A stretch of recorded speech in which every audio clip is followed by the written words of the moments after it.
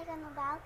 So ngayon, B is kakain tayo kasi pumunta kasi kami ng church sa Bugon. Kisimba kami kasi ng kuya ko, B. Tapos bumili ang auntie ko ng sunflower seed. Ito siya, B. Yan, here.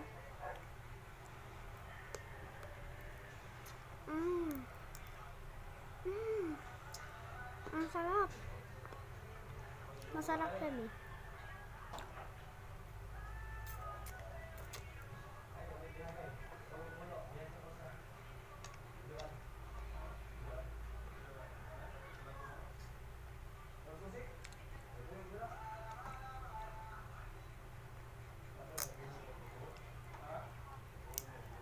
Please like and subscribe na guys.